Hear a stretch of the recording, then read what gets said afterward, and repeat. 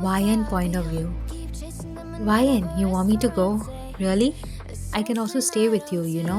Annoy you, get you food, talk to you about irrelevant things that irritate the hell out of you, and on and on. Playfully rolling her eyes, she clicked her tongue as she looked back at him with a grin. No thanks, I'll pass. You go have fun with your Erica. I only hope you won't regret it. She's your ex after all. She crossed her arms and legs while she leaned on the wall and watched him slowly put on his shoes at the front door of the apartment. With a long sigh, he straightened his body and looked at her with a tight lipped smile.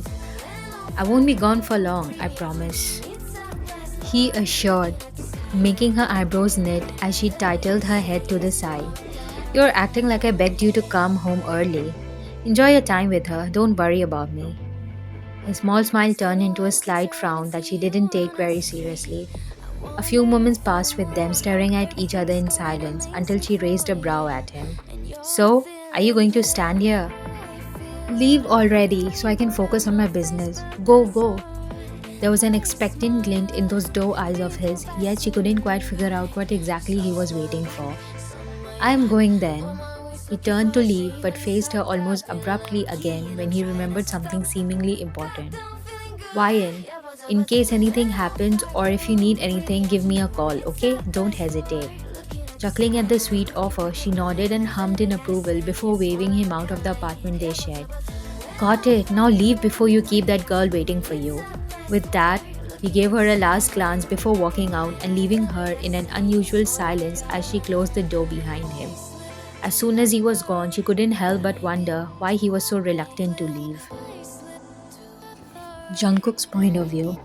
Truthfully, he should have enjoyed this moment more than he actually did, but he couldn't help drifting away with his thoughts whenever her and his eyes met. Soon, he came to realize that his heart didn't play a role in the connections they were trying hard to build between each other. He wasn't sure if it was the simple fact that she was his ex for a very valid reason or because he didn't concentrate on the sensations that he could potentially feel when he tried to focus in her. Erica was his girlfriend for 2 years. Unfortunately, they had to end their relationship due to extreme trust issues. The reason he was there today with her got him question himself as to why such circumstances was happening in the first place. Perhaps it was hope that they made a mistake in the past that they can recover with both of their efforts combined. However, it didn't erase the why that was stuck in his head. Why was the effort so necessary when there wasn't a deep desire to recover what had been broken? Deciding to go with the flow didn't get him anywhere close, no sooner to his much appreciated apartment. Instead, he found himself in Erica's warm home. He mentally shook his head. What was he doing? Just when he was going to lift his head to look at her and tell her that it was already late, he felt her fingers slowly around one side of his blue jeans jacket, touching on it gently. Glancing down into her eyes, he saw her seductive intentions glazing her dark brown eyes. How could we be so stupid to ruin us like that?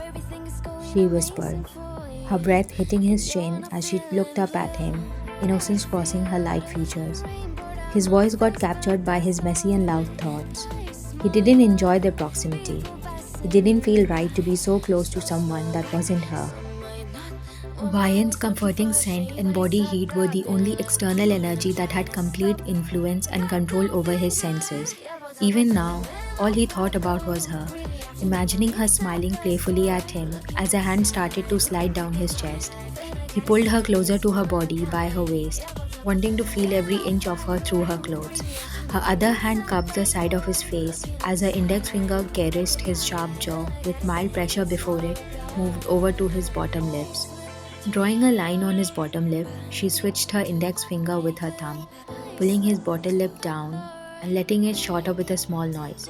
He felt her face every inch closer as her breath hit his lips. His eyes were so ready to shut close but were immediately stopped by a warning voice in his head. This isn't Ryan. Open your eyes. And when he did, he found his ex instead of the woman he imagined, inching closer to capture his lips with hers. His eyes widened as he pulled back instantly, guilt eating him away. I'm sorry, but no, just no. That's not what I want. You're not who I want. I'm sorry. I think I lost my mind. Turning away from her surprised and shocked state, he left through her front door and made his way back to Ryan's in his apartment. He has to tell her. How was he expecting her to see him more than just a roommate and a best friend? But how would she be able to when he didn't give her solid hints of his genuine feelings towards her? How would she be able to understand his feelings for her when he acts foolish and meets his ex? How could he have expected her to stop him from leaving when his foolish actions might have given her the wrong idea? He lost his mind. He seriously did. How could he think this was a good idea to get her attention? This would only put more distance between them. As he felt the distance nearing and tearing them apart from one another, felt the need to accelerate the vehicle he was driving with to find his way back home. To her, as if this would close the great distance between him and her. Excitement rushed through his body by the idea of him confessing to the woman he imagined kissing him a few moments ago. As soon as he arrived, he got out of the car, locked it, and hurried to the apartment. Once he reached the front door, he struggled to find the keys to open the door. You need to tell her. Tell her you need her. Tell her you want her. He thought to himself. When the keys were found in his blue jacket, he unlocked the door and entered the apartment with adrenaline pumping his heart in an irregular rhythm. Being controlled by his inner voice, he was about to call out for Ryan, wanting her to see all of his vulnerable feelings for her in a heartbeat. Though, when he took light yet fast step towards the living room, all of his confidence was drained out of him. Because there she was sitting next to a large figure, faces closer than they ever were. It took him too long to acknowledge his fullest intentions and collect courage to present his vulnerability. Now, he wasn't the only one who needed and wanted her all for himself. He was now on the verge of falling to the bottom, synchronizing with his heart's action by the sight in front of him. Suddenly, everything was too late already.